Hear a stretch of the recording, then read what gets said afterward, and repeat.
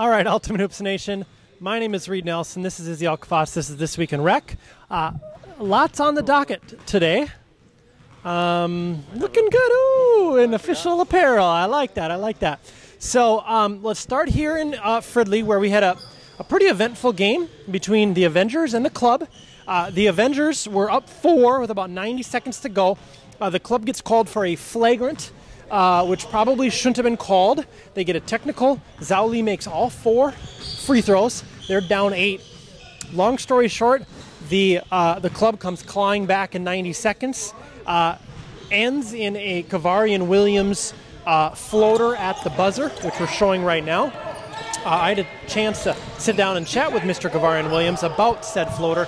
Here is him now. All right, UH Nation, I'm here with Kavaarian Williams. Game winner, floater at the end. You guys are down 8 with about a minute and a half to go. First, talk about the flagrant foul. Do you think that was a flagrant on the other end? I don't think it was a flagrant. They called it excessive, but it's all like an aggressive foul. We in the heat of the moment. Everybody was feeling each other, but he ain't try to foul him that hard. He just tried to get a chase down block. And it turned into a technical and an 8-point lead. About a minute and a half left, and you guys come back. Your floater at the end. Take us through the final play. Well, I mean, when we was down 8, 7, whatever it was, we just kept playing aggressive. We got a couple of steals, got good shots. Then second shot, I felt it. My team believed in me. Came up. Best thing to do they let me get was a floater, so I took it. And that was game. Nice shot. Good win. Congratulations, Kavaarian. Appreciate it. That was Kavaarian Williams with the floater. Huge comeback by the Klub. They needed that badly. Talk about what this means for them specifically. Them? Or the Klub? Or them? The Klub. Oh, the Klub. It helps. It helps build confidence. It's twofold, though. Builds confidence, but at the same time, it can get them overconfident. So going into the playoffs, they might feel like they're untouchable, and they might get clipped. The Klub, when they cause teams to play frantically, that's exactly where they need to be, right? There's a careless turnover. I think Greg tried to find Derek, threw it over his head. Klub came down and scored. Then they tried to milk the clock. What I don't understand is you have no reason to dribble around. I think Noe had the ball, dribbled a couple times, kicked it to Derek. Derek kicked it to Zhao. Then Zhao started dribbling, and he actually started to penetrate. He kind of got to the free throw line. There's no reason why he should be anywhere near that. He should always be, when you got the lead and you're not trying to score, always be out here and move the ball around. Don't dribble, especially against a team with Kavaarian and Adam Kidd and all these quick guys with good hands. I don't understand it. Now, they got a flagrant call, like you had mentioned. It was intentional. Now, it was excessive contact, but he did go for the ball. That was a great foul. I thought it was a great foul. Yeah. Was it excessive? Did he follow through? Maybe. But in a game like that, I don't think you call it. Yeah. I thought he made a play on the ball, and if he touched the ball, that's good enough for me. He did. But then at the end of the game, if that's not a charge, I don't know what is. Like, Noe was there, and he did not move. He was planted, and Kavaarian went right into him. I think that's a charge. We have the video. We have the video. We're running it. We're running it over and over again. I have another question for you. Devin Hemrich. About 25 seconds left. They control the ball, and he starts dribbling out the clock. Down 1. Now, it worked out for him. Yeah. It worked out for him brilliantly. But down 1, what's the thinking there? Is there thinking there? I think they felt it's a testament to that. I think they feel either one, they don't know what they're doing, or 2, they feel confident enough to where they can get the matchup they want, and they feel good about their chances of winning. So they want to put the ball in their hands, and they feel that, hey, there's a better than a 50% chance that we're going to win this game by running down the clock. They don't want to flip it and then have to play defense on the other end and then have the Avengers kind of control their own destiny in that game. So maybe that was their thought process. I'm not sure.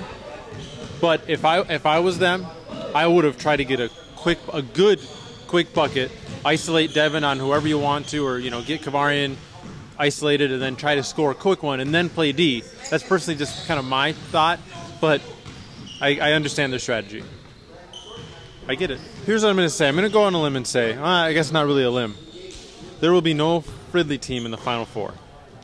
That's a limb. And I will take bettors this time around. I will take $10 bets I'll take up to 5 of them because I'm not going to lose more than $50 on basketball. So anybody want to bet me $10 that no friendly teams in the Final Four this season? It's weak. The Avengers don't have the fire that they had last season. That's evident. And I'm sure you can confirm that watching them. Klub aren't good enough. They're good to win. They're good enough to win games. They're not going to win several games back-to-back against good competition. The Bees have the best chance, I think, of making it deep because they have the fire. I don't think the Avengers have it. I really don't. I don't see it. I think they're kind of going to be like what the Fob were. Just we're missing that extra zip at the end. Great for the club. I'd love to see him build on it. I just don't think that long-term it's actually going to be beneficial necessarily. I think the Bees will make the Final Four. They're going to obviously, they're most likely going to have the number 1 seed. They're going to be face off against a 16 seed. I'm not sure who that will be, but then they'll get the 8th seed. You know, they're going to have an easier path. And I just don't see a team like the Squires or the Red Devils potentially, you know, that's going to be your 8th seed about. Maybe. I don't know. But I would take that bet, but I prefer not to bet. Okay, rewind to last night. Blue Chips, Muskies. Another big win for the Muskies. This time over a Blue Chips team that's lost 2 in a row. Talk about that one. Well,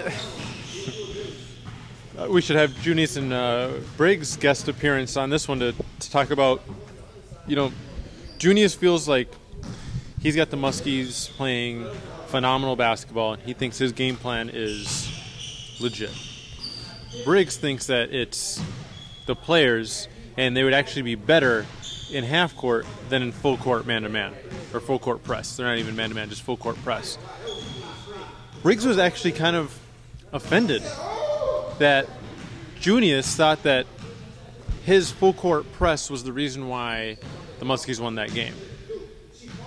So they're kind of having a dispute, and I would love to know from everybody. I mean, this could be a discussion here. What is it? I mean, do you think the Muskies, people are watching the Muskies, I mean, we've seen them now for 6 weeks, and they play with the same full court press against everybody. Is it putting teams under that much duress where it's causing them to get out of their comfort zone? Or are they just catching teams on bad nights? Or is their defense just good enough once they fall back to take care of business? I'd love to know. I think that the press gets teams out of rhythm. It never gets them comfortable throughout the course of the game, and it just speeds things up, and it's not what people are used to. So I think it's great that they're employing that, and I actually think that more teams are going to pick up on this. The Rebels have kind of do it, but they don't do it full court. They kind of do it in the half court press. It'll be interesting to see how many teams pick up on this and start doing this on a week-to-week basis.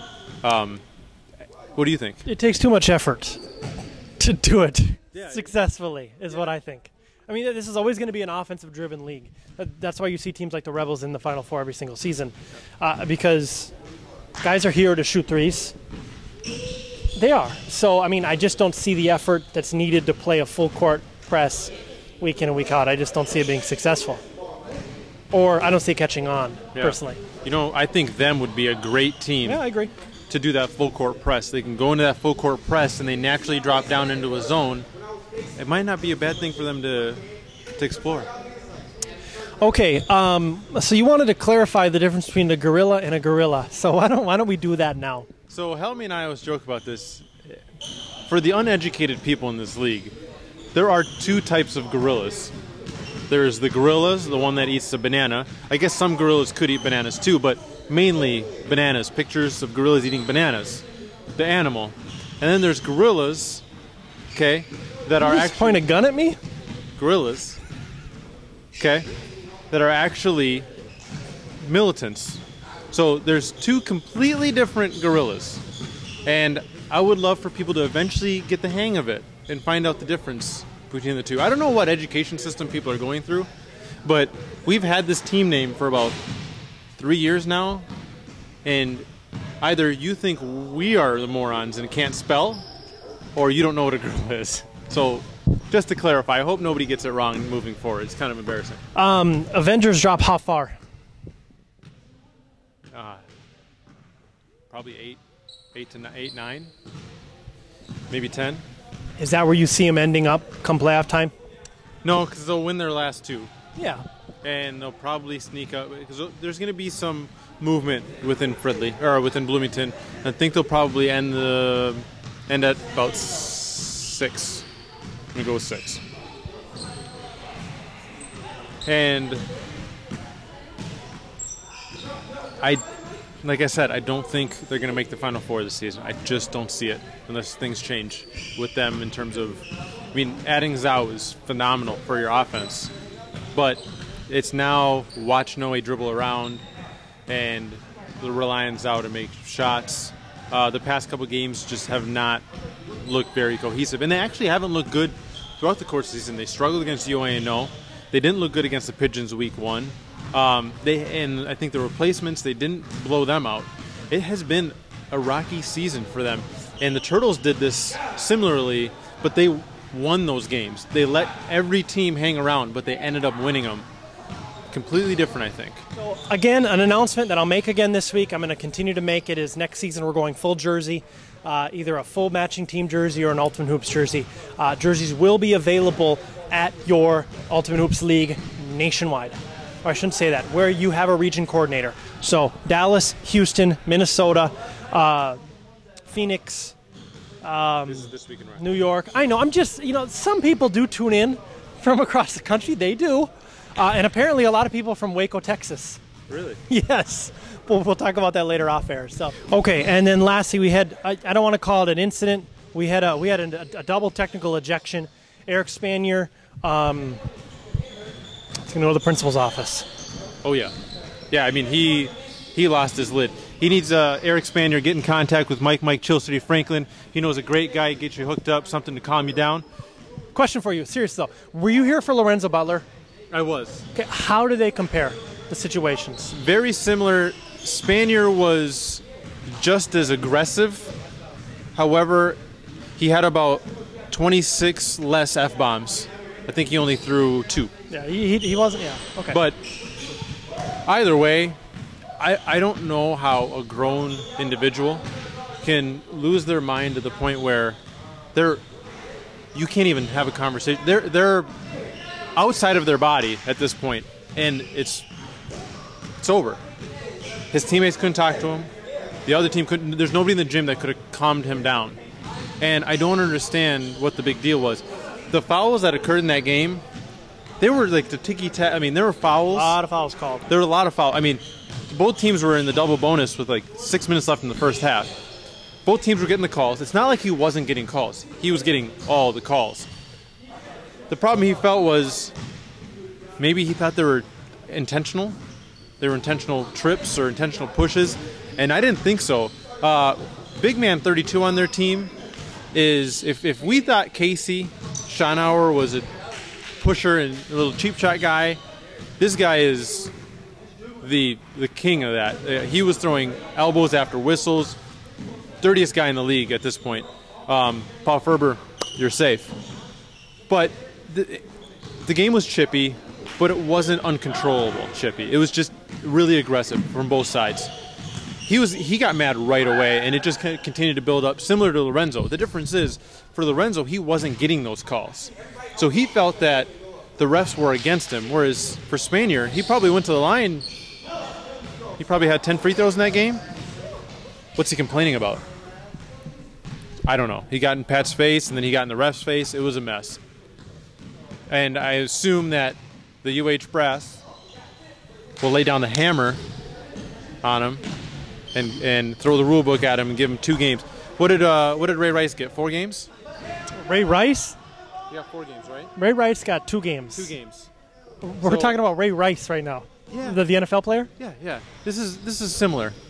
This is a similar situation, right? I wouldn't put him in the same category. Okay, well, we're gonna end the show there with that, I guess. Maybe that ends. Can we roll Mike Chill City Franklin's number at the bottom of this interview here? All right, UH Nation, thank you very much. We'll see you next time.